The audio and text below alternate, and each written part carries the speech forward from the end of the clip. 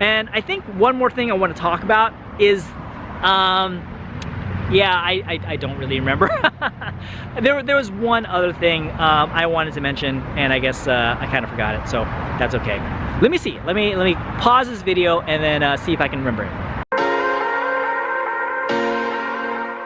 What's up, everybody? It's Karl, aka Karl Drum Tech, and I'm here again back at Torrance High School. I love to go back to the school because this is my alma mater, and it's where I started out in terms of like my high school career, in terms of my drumming career, and I just like to bring it back here to kind of acknowledge that. But I think it's also very relevant to the topic that I want to talk about today. And today, the topic I want to talk about is if you ever find yourself teaching for the first time ever, like let's say just helping out a section in your drumline, or just maybe even helping out the middle school, or maybe you are tasked with, you know, like you just graduated and you need to help out, or you want to help out at your alma mater. I can definitely speak from experience, and I think this video will help you out. So make sure you share this video if you think other people could benefit from this video, if you feel like they're also starting out with teaching, or they're having, or they just, you know, have some general questions about like how to teach, for, you know, especially if they've never done it before. So I think this video could be very helpful for them, so make sure you share this video with them.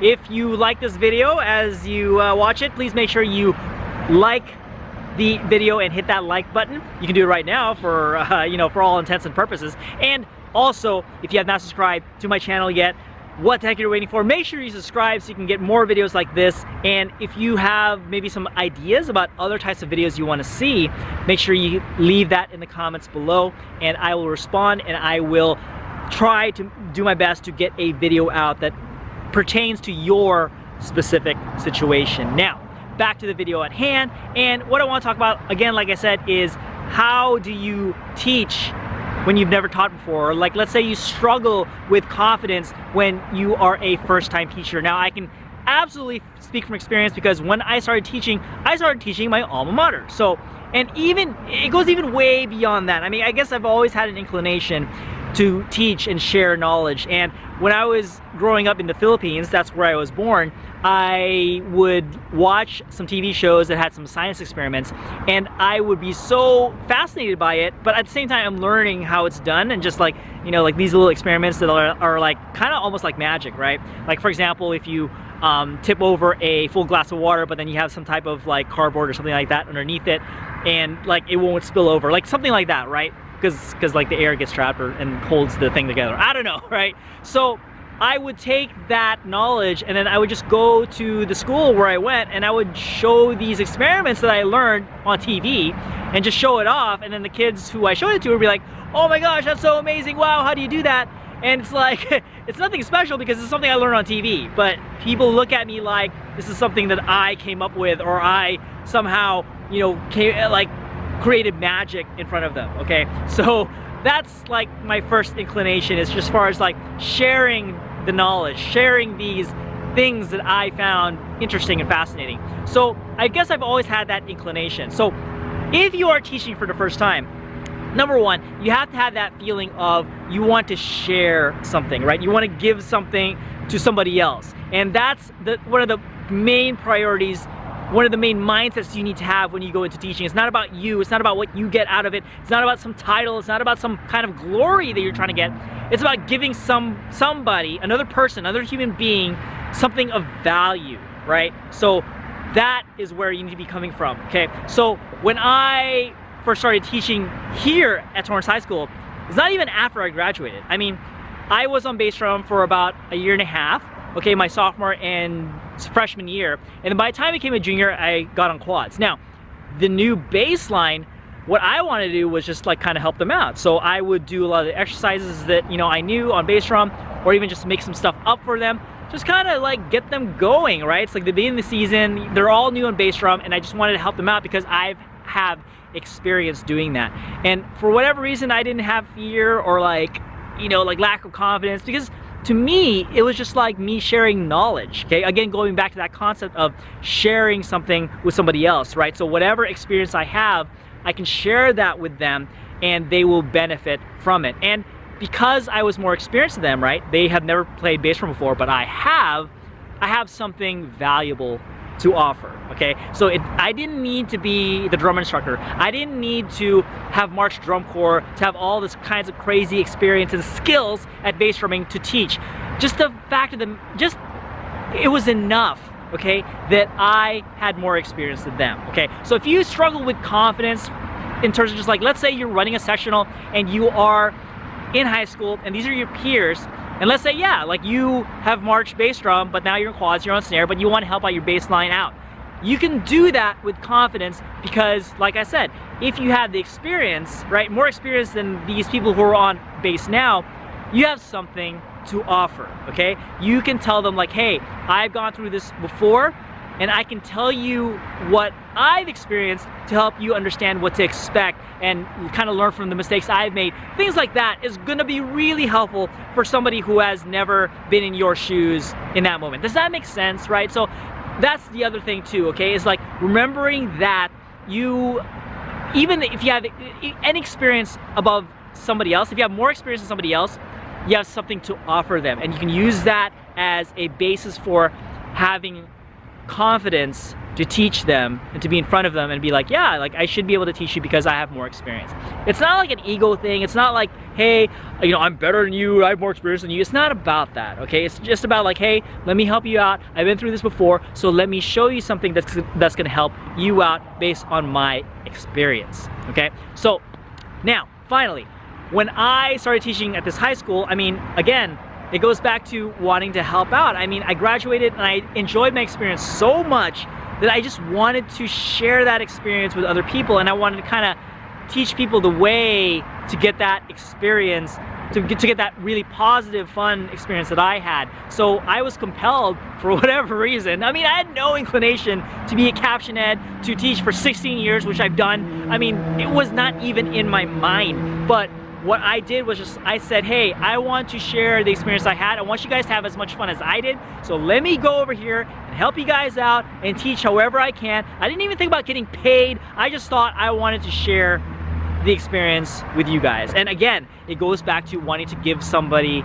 something, right? So that's where I was coming from, okay? And also, again, like I had the confidence to do that because I had more experience than the people who were in the line at that time. Now maybe, like, you know, some of them I marched with, so maybe it was a little difficult, right? Because like they were your peers, right? But at the same time, I felt like I still had a lot to offer them just because, you know, I was trying to always better myself in my drumming career. You know, I was auditioning and marching in independent groups, so that helped out, right? So I can have that, I don't want to say authority, but like have that confidence to just be in front of the line and say, hey, I'm going to teach you right now.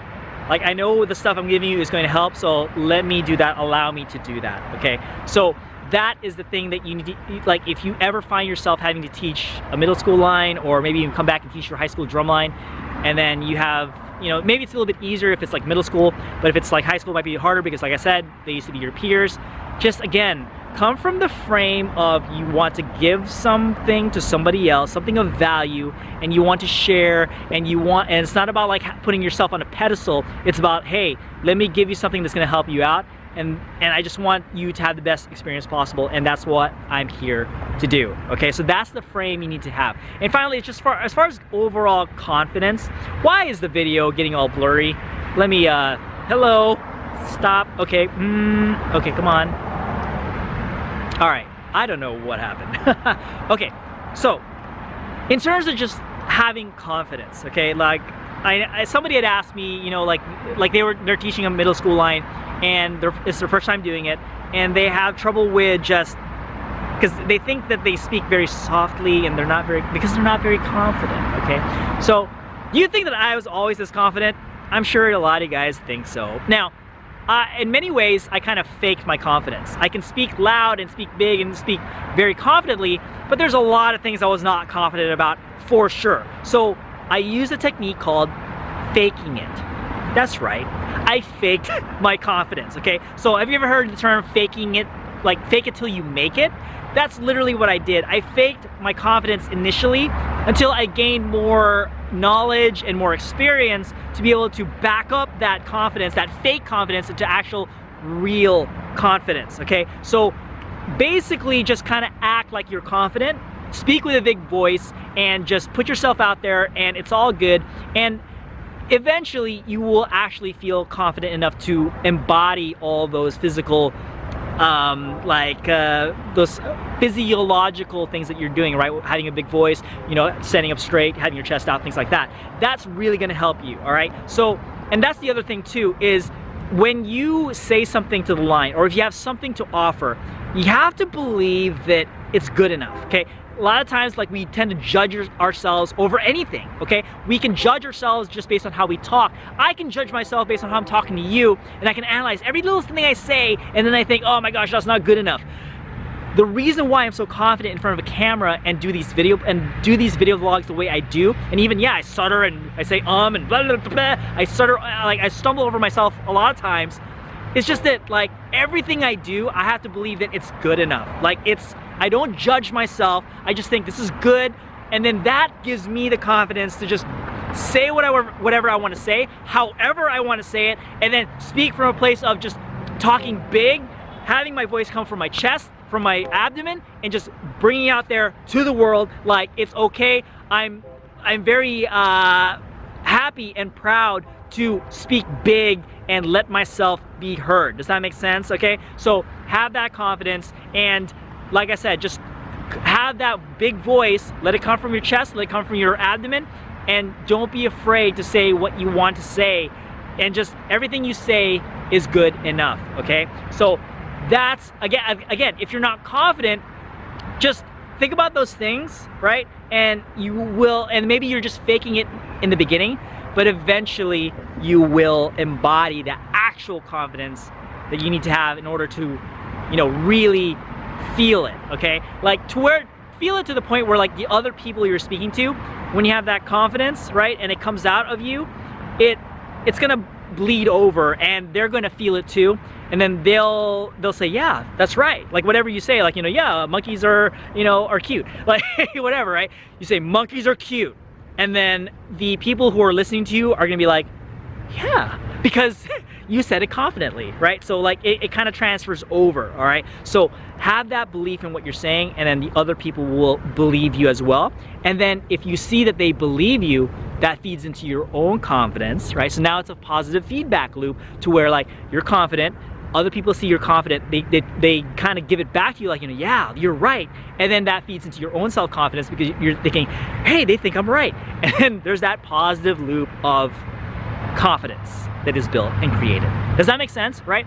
And finally, the last thing I want to leave you off with, that's really going to help you when you first start teaching, is that you have to be very honest with yourself, all right? So if you're just starting out, yeah, you're not gonna know everything. That's a fact. I mean, I don't know everything even right now, even with all my experience. So you have to be very honest with yourself, okay? So if you know that you don't know everything, that you can use that again to your advantage in terms of having confidence, because, hey, I don't know everything and I just know what I know. I'm gonna give you that. But if I don't know something, as long as you keep working towards getting that knowledge and getting better, it's okay. You will learn. And even if you say something that's wrong, or somebody doesn't agree with it, or just maybe you're just misguided, right? Because you just don't know any better.